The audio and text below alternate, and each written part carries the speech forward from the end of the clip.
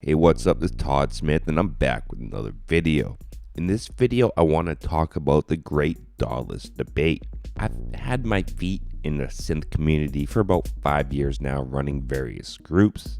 And I got to say, whenever the word Dawless is really kind of brought up and thought about, questioned in a popular synth group, it gets massively mixed emotions. I wanted to drop my opinion on the great Dawless debate and share the concept of respecting each other's workflows.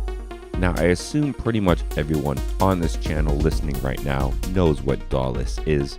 It means you choose to incorporate yourself and use hardware as the forefront of your music creation process rather than interacting with software, keyboard, mouse.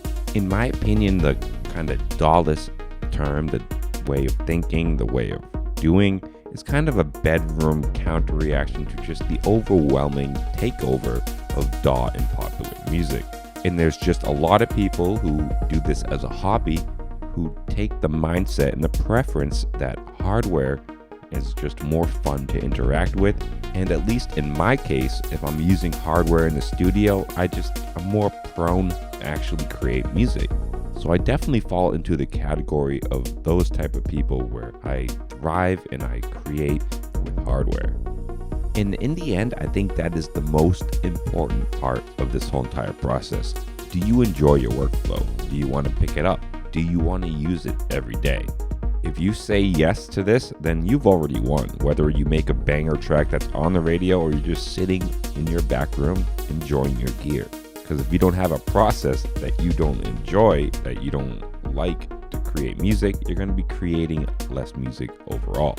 And ultimately, you in the studio enjoying what you're doing is the most important thing. And whether that be with a DAW in a box or Dawless on gear, that is just personal preference and there is no better choice. There's only a better choice for you.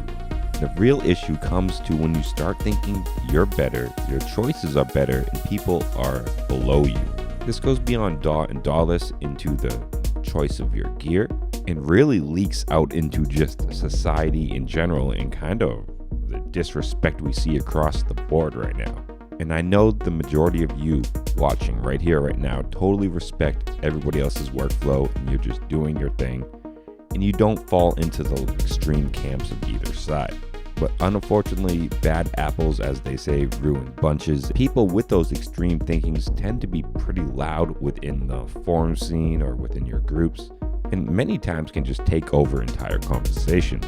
I think one of the oldest concepts and gatekeeping ideas from the synth groups and synth forums came from the more upper tier people who thought you had to always buy vintage gear. What, you're not using gear that hasn't been on the radio before, you're a noob, is very toxic and very misleading. Like thinking that you have to make it in the music scene to actually have any, worth. Completely laughable. But at the same time, if you're in the bedroom doing your thing, stay humble. Do you thrive in a Dawless environment? Do you thrive with a DAW? Maybe you mix it up with a little hybrid action. I would love to know your story. I would love to know your workflow. And as always, stay positive, stay creative, support each other, and peace.